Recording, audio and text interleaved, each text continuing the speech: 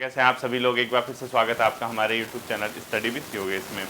तो जो कल एग्ज़ाम हुआ है बच्चों, आपका पटवारी लेखपाल वीडियो का जो एग्ज़ाम था, हो सकता है कि आप लोग अभी भी कई लोग उसके सदमे में हो, क्योंकि हो जाता है जब पेपर हो मतलब निकल जाता है, उसके बाद जब घर आते क्वेश्चन कई बार ऐसा होता है कि गलत हो जाते हैं, क्योंकि एग्जामिनेशन हॉल में जब हम पेपर डील कर रहे होते हैं, उसके बाद जब पेपर से बाहर आते आते घर पहुँचते कुछ आंसर वैसे ही गलत हो जाते हैं। देन जब खुद मिलाने बैठते हैं कुछ उसमें गलत होते हैं, उसके आंसर की आएगी कुछ उसमें गलत होंगे। तो बहुत चीज़ें होती हैं बच्चों एग्जामिनेशन हॉल से बाहर निकलने के बाद।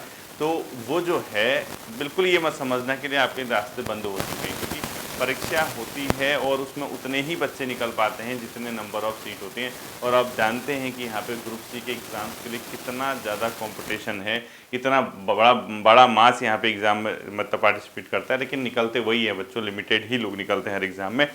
तो पहली चीज़ जैसे क्योंकि एक चीज़ मैं कहना चाहूँगा, आपने थंबनेल में भी देख लिया होगा, जहाँ तक बात रही बच्चों कट ऑफ की, ठीक है, ग्रुप सी के एग्ज़ाम में, वनडे एग्ज़ाम में कट ऑफ प्रेडिक्ट करना काफ़ी मतलब एक प्रकार से टफ टास्क है। और उसके बाद सब कैटेगरी जो होती हैं, यानी जो उसके बाद जो अदर कैटेगरी होती है, चाहे जनरल के बाद महिला हो या उसके बाद SC ST OBC या EWS, तो ये और भी टफ टास्क है, क्योंकि आपका ऐसा तो है नहीं कि आपने मेंस की एग्ज़ाम दिए, इंटरव्यू दिए तो लगभग आपका 1500-1600 नंबर का एग्ज़ाम फेस करके आए आप, उसके बाद 900 अगर जनरल की जाएगी तो 8 से 75 जाएगी, 800, ऐसा तो है नहीं।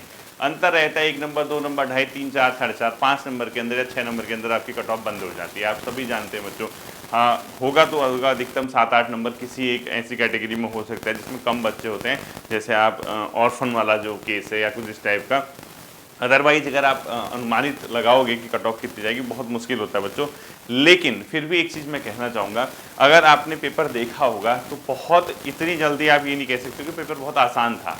मतलब क्योंकि हम लोग एग्जामिनेशन हॉल पे तो है नहीं, कई लोग क्या करते हैं बाहर आके कहते हैं अरे ये तो ये था, ये तो, बच्चों वो कहना अलग चीज़ है।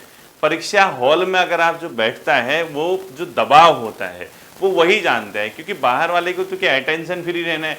एक बार कह जाए इसका ये है, नहीं है तो अच्छा मैंने ये सोचा कह देगा, भाई वो तो गलत हो गया ना तुम्हारा। बाहर बैठ के कहने वाले जो ये कहता है कि ये सही है, इसका ये है, ऐसा है वैसा कहता है, लेकिन अगर उसका गलत हो भी जाए कह देगा अच्छा मुझे लगा ये है, तो भाई वो चिल करके देते हैं। तो उनको सबसे पहले मैं एक चीज़ कहना चाहूँगा, जितना आसान दिख रहा है पेपर उतना है नहीं। आप सबसे पहले उसमें ये चेक करना, अभी तक जो मुझे सबसे हाईएस्ट नंबर बताए हैं बच्चों, किसी बच्चे ने वो 79 के समथिंग बताए हैं, 79, 77, 76, इस तरीके के जो अधिकतम बच्चे बताए हैं। बाकी क्योंकि अभी मैंने मैसेजेस वगैरह आए होंगे टेलीग्राम वगैरह में, वो मैंने अभी चेक किए नहीं हैं। तो दूसरी बात, क्योंकि ज़्यादा मैसेज इसलिए भी आ रहे हैं क्योंकि आपको जो पुराने बच्चे हैं आपको पता होगा कि आज मेरा भी जन्मदिन होता है, ये सब भी जानते हैं पहले तो 15 जून। जो कई बच्चों ने, जब मैंने जिला सीरीज पढ़ाई तो उसमें डेट भी नोट की थी, अगर आपको ध्यान होगा, ठीक है। तो जो कट ऑफ वगैरह है उसकी बात अगर मैं करूं तो उसमें ये जो हैं, अभी बहुत सारे बच्चों के मैसेज होंगे, उसको चेक करूंगा मैं। तो अभी तक 5-7 बच्चों ने मैसेज भेजा था मुझे, 75, 76, 74 इस तरीके से भेजे थे, ठीक है। 80 के रेंज में अभी तक किसी ने नहीं भेजा। अगर हो सकता है कि कोई बच्चा हो।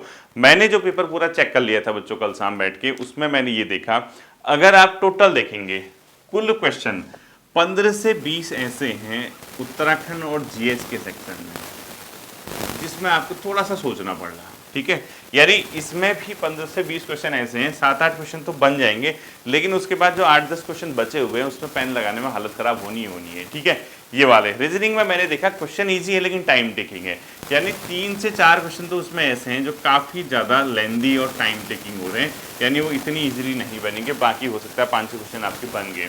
हिंदी में मैंने देखा 6 से 7 क्वेश्चन ऐसे थे जो आपको सोचने पे मजबूर कर रहे थे, यानी अपने आप में अगर आप देखोगे 6, 4, 10 और 15, यानी 25 क्वेश्चन आप ये मान के चले जिसमें आपको मजबूरन 25 से 30 क्वेश्चन बहुत ज़्यादा सोचना पड़ रहा, बहुत ज़्यादा दिमाग भी लगाना पड़ रहा, कभी इधर कभी उधर सोच के। हालांकि इसमें अगर आप एलिमिनेशन मेथड अपनाओगे, थोड़ा सा अगर आपने डिटेल से पढ़ा होगा तो उसमें कुछ क्वेश्चन सही हो सकते हैं, इस तरह भी नहीं है कि आप बिल्कुल नहीं कर पाएंगे।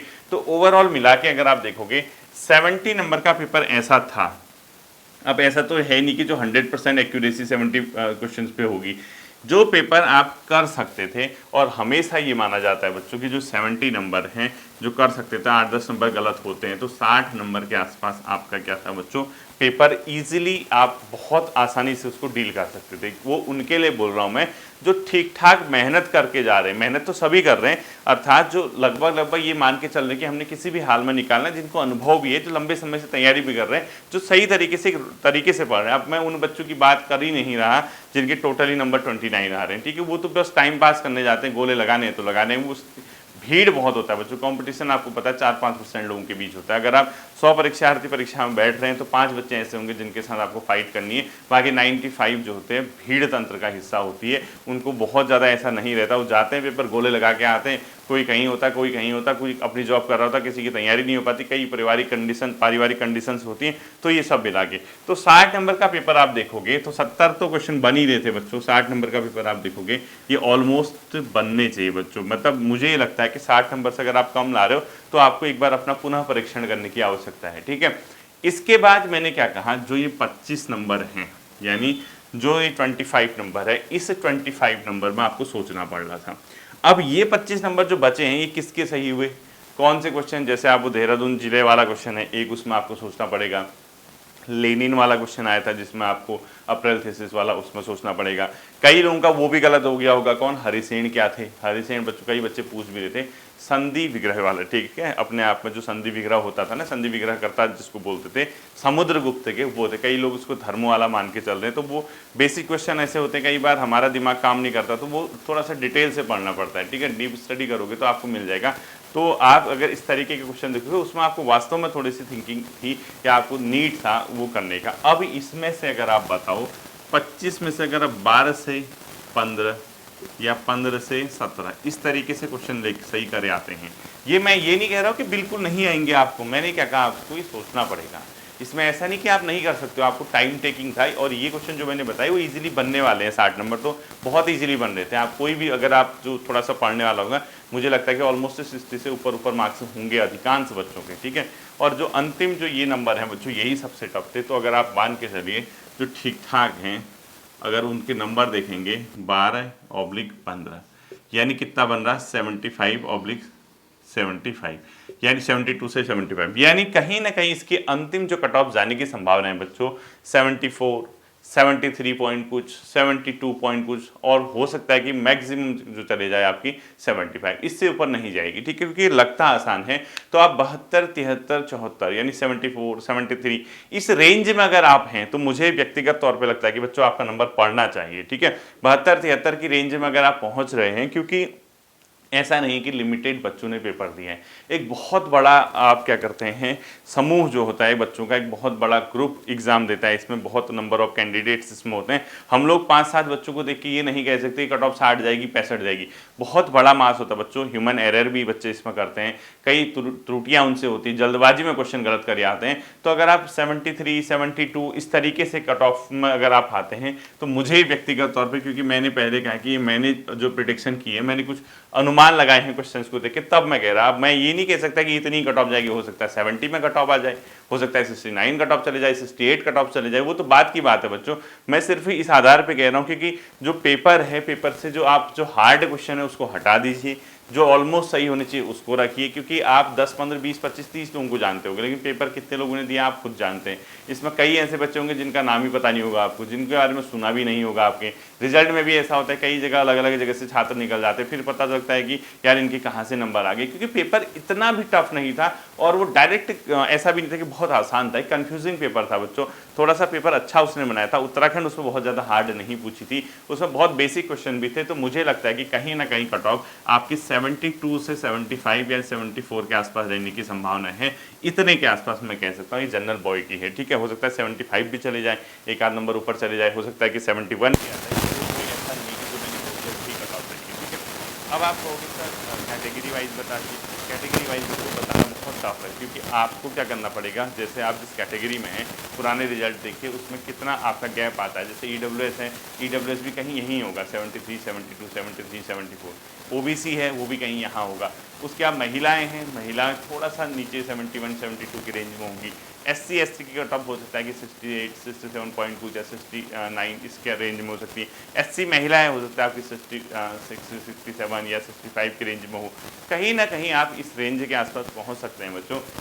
और ये जो अनुमानित है, ये सिर्फ़ और सिर्फ़ अनुमानित है, इसका वास्तविकता से कोई लेना देना नहीं है, ठीक है? ये एक अनुमान है, एक अपने आप में मान के चलो कि एक गेस करना होता है कि यार हाँ, पेपर का इस तरीके था। कुछ बच्चों ने जो मैसेज भेजे वो किस तरीके के भेजे हैं, उसके कमेंट सेक्शन में किस तरीके के फीडबैक आए हैं, और खुद एनालिसिस करने के बाद पेपर किस टाइप का था, कितने क्वेश्चन ऐसे हैं जिसमें समय लग रहा, कितने क्वेश्चन ऐसे हैं जो ईजिली बन सकते हैं, कितने क्वेश्चन ऐसे हैं जो ह्यूमन एरर के हो सकते हैं, जैसे ह्यूमन एरर को हो, या कितने क्वेश्चन ऐसे हो कि जिसमें हमें लगता कुछ है होता कुछ और है। ऐसे क्वेश्चन को अगर आप सोचें तो आपके 72, 74, 75 नंबर के आसपास 74, 75 या 73 पॉइंट कुछ इस तरीके से रेंज आना चाहिए, जहाँ तक मैं समझ रहा हूँ। हो सकता है कि 1-2 नंबर आगे पीछे हो बच्चों, ये है आपका, ठीक है। जो बच्चे इस रेंज में आ रहे हैं उनको थोड़ा सा मतलब लगना चाहिए कि हाँ, हो सकता है उनका सिलेक्शन हो जाएगा, मुझे लगता है। जिन बच्चों का नहीं आ पा रहा वो उम्मीद मत छोड़िए, क्योंकि ये सिर्फ अनुमानित है, ठीक है। 70 से नीचे मैं कह सकता हूँ कि वो बहुत मुश्किल हो जाता है, लेकिन 70 से ऊपर तो कुछ भी हो सकता है, कोई भी कुछ भी कर सकता है, उसमें ऐसा कुछ नहीं है। इसके अलावा जिसका लगता है कि इतने भी नहीं है, 65 नंबर भी नहीं है, 60 से भी कम है, तो फिर आपको कहीं ना कहीं एक बार फिर से अपना रिव्यू करके फिर से ही चेक करना पड़ेगा कि यार कहाँ चीज़ें कम पड़ रही, कहाँ कमज़ोर पड़ रही, ठीक है। आने वाले फिर 2-3-4 महीने में फिर आपने इसी तरीके का एग्जाम देना है, स्नातक स्तरीय, फिर आपने कनिष्ठ सहायक का एग्जाम देना है। तो हमें ये नहीं देखना है, पीछे नहीं मुड़ना है, जो सामने है जहाँ पे मिस्टेक है उससे आगे बढ़ना है, और आगे बढ़ने के बाद अगर हम सही तरीके से प्रिपरेशन करें तो चीज़ें हमारे लिए क्या हो सकती है बच्चों, सही डायरेक्शन में हमें क्या मिल सकती है, चीज़ें मिल सकती हैं, ठीक है।